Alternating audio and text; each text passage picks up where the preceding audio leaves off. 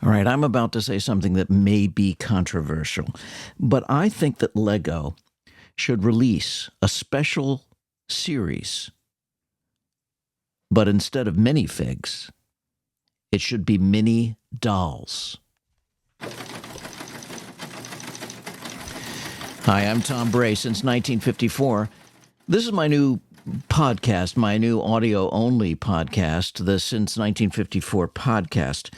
And I started this extra channel because I like to talk and because I don't get a chance to go in depth with topics on my regular Since 1954 YouTube video channel. Now, you are seeing some video because in a podcast for YouTube, they like to have video. So that's it. But mainly, this is an audio-only podcast. This will also be available on Apple Podcasts if you just get your audio podcasts in that location. But this is a chance for me to just talk to you about subjects that I want to talk to you about in depth. And sometimes it'll be Lego related, but sometimes it won't, because the original concept of my Since 1954 podcast was on my original YouTube channel was to just talk about a lot of different things that raised the level of joy for me when I turned 70 years old. And it just kind of wound up being Lego because I hit upon that and I really loved it and I love talking about it and I'm going to continue talking about it over there. But sometimes I want to go into deeper depth and just riff on something. And today it's on Lego mini dolls. And so I thought I would do that over here on the podcast channel, and I hope if you enjoy it, you leave me a comment and consider subscribing. So, okay, Lego mini dolls. So here's the thing. I know that some people either love them or they hate them, or they're agnostic about them. And I was kind of in the agnostic zone. I had never really experienced them because they were introduced, I believe, in like 2010 or 12. Somewhere in there, they were introduced for the Friends series. And my understanding is, just to give you a little bit of background, is that what happened was that Lego did some market research, and they discovered that girls did not enjoy playing with traditional minifigs. Now, I know this is gender-based stereotyping because who knows? There are a lot of girls that don't like the dolls and a lot of girls that love minifigs and boys too. So, I mean, in general, this is the conclusion they came to. And I guess they looked at their sales numbers and those numbers kind of backed that up. And they probably did market research. If I know anything about Lego, they put kids in a room with sets and told them to play and then interviewed them and tried to figure out what it was they liked and what it was they didn't like. And so they set upon designing a product that would be more, I think, appealing to girls. And so the differences between if you've never seen them or never bothered with them, if you don't buy Friends sets, which have been tremendously popular for Lego, and by the way, their hunch paid off because this has been a hugely successful line, the Friends line. It's been going for, I think, over 10 years now, which means that they hit upon something, and they know they've hit upon something. And the Friends line with the dolls expanded into the Disney Princess line. So those sets of Disney Princess, etc., are often doll-based and not minifig-based. I think there were minifigs in the I know there were minifigs in the large Disney castle because I built it this past summer with my family. And I'm happy that there were minifigs in that. But in the smaller sets that are put out with Disney themes, and there's a lot of small castle sets with princesses, those are dolls. And so that is, I think, a deliberate marketing strategy. So they discovered that the Friends line was very popular. And they moved it over to the Disney line. And in between, or maybe overlapping, there used to be a series called Elves. And I picked up a couple of those sets for my granddaughter, to put away for my granddaughter on the secondary market. And I have to say, I love them. They came with dragons, and they're little dolls, mini dolls that have, pointy elven ears. And they're just adorable. And They're very popular on the secondary market. When you find them, they're not exactly cheap. I got a great deal at them at my local bricks and minifigs shop, so I kind of added them to my collection, and I believe I'll be able to add them to my fantasy castle world, and I fully intend to do that. So, okay, so that's kind of the background on the mini dolls. Now, when they design them, apparently the differences in a mini doll and a regular minifig are that the heads are bigger and they're more realistic looking than a minifig. And if you look at that side by side, you can certainly see it. The features are much more realistic in a mini doll. Now, the other thing is that they have more natural proportions of the body. So, the torso and the legs and the head and arms are more naturally proportioned.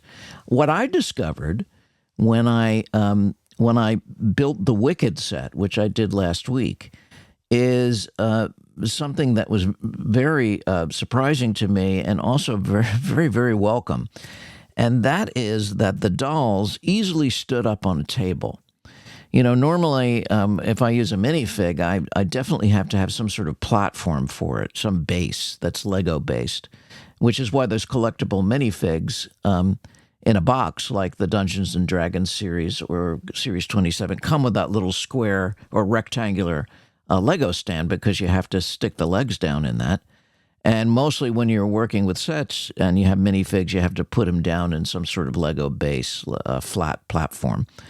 And that's not true with the mini dolls. The mini dolls will readily stay up on a flat, hard surface. Now, I haven't tried them on a carpet. That would be interesting on a low nap carpet, how they stand. But my guess is if the carpet is short enough and smooth enough, they probably would stand very well. That actually would be a good experiment. If anybody knows, leave me a comment about that. I'd be really interested in that.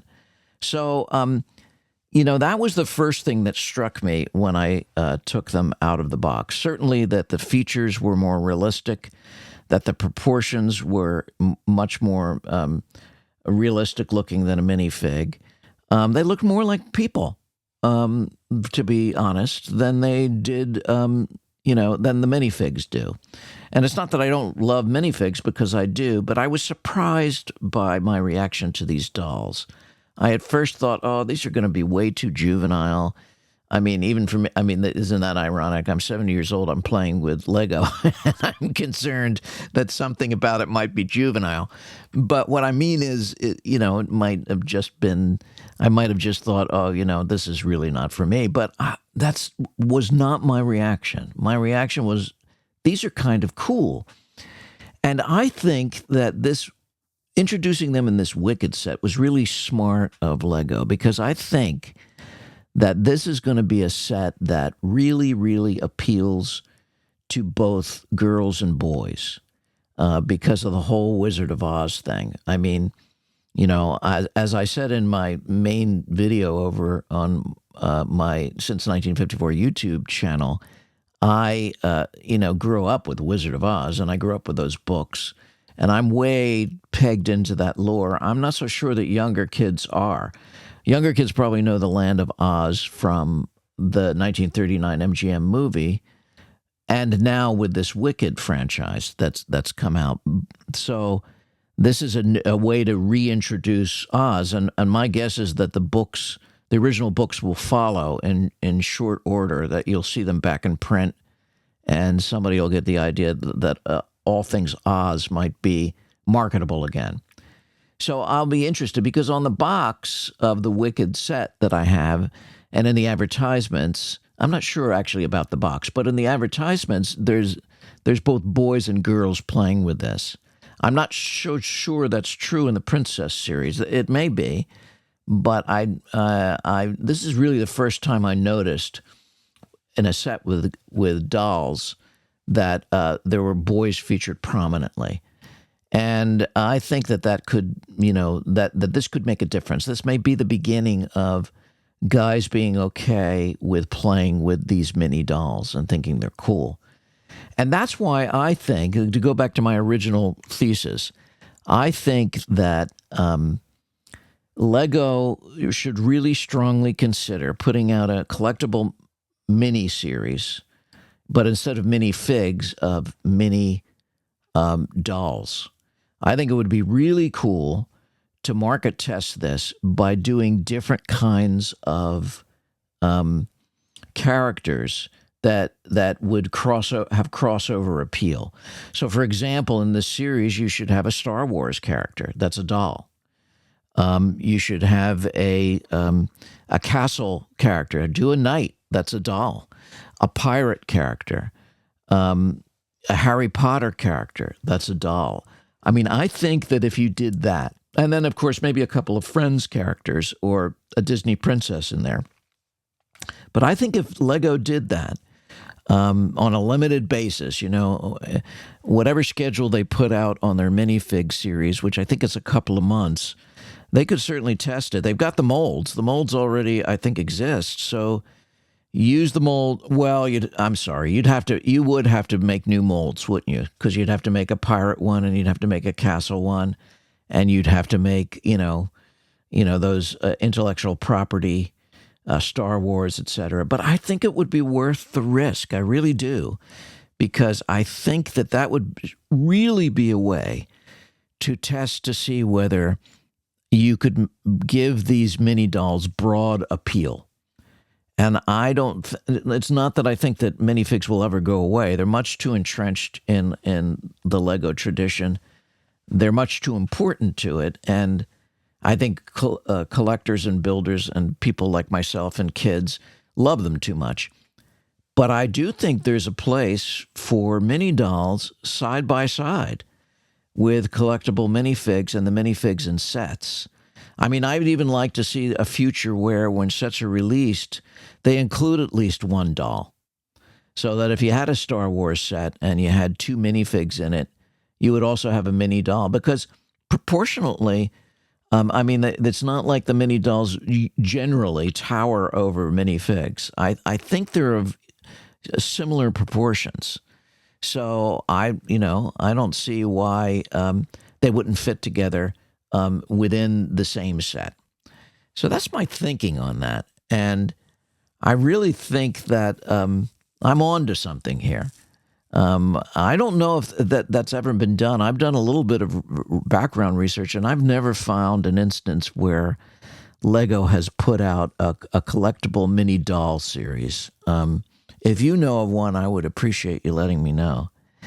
Now, finally, if you liked this audio podcast, I hope that you'll consider subscribing to this as well as to my normal since 1954 channel, because I hope to be able to come over here and in the ramblings that I have to cut from my main podcast. I mean, and when I recorded this episode about Wicked, the Wicked set that I integrated into my Fantasy Castle Kingdom over on my other channel, I went on about these mini dolls for, 10 minutes, and I had to cut it because it was just too much for that particular venue. It was too much. But, I go off on tangents. But over here in just a traditional audio podcast, this is the perfect place. Audio-only podcasts are a really great way to go in depth on different topics. And so I hope to be able to bring over the things I want to ramble on about Lego over here, and also talk about other things. Like I have an episode planned just about seniors podcasting, because look at me. And here I am. A podcast is a broadcast, and I'm finally getting to live out my fantasy of being a radio announcer. This is CBS. See, I never got to do that, so I get to do it over here. Anyway, that's my thoughts on a lot of stuff, but especially on Lego mini dolls. And let me know what you think in the comments, because if you're watching this on YouTube, you get a chance to comment. If you're listening on a traditional podcast platform like Apple Podcasts, you can email me at since1954podcast at gmail.com, and I'll be happy to receive your comment that way. Otherwise, if this is the way you get your podcast on YouTube, please leave me a comment, because I'd love to know what you think about this topic of mini dolls. Until then, I'm going to turn on my teletype machine. I wonder if how many of you know what a teletype machine is. If you're my age, you certainly know. Take a guess if you're not my age and tell me what you think. And I will see you next time. This is Tom Bray since 1954. Take care.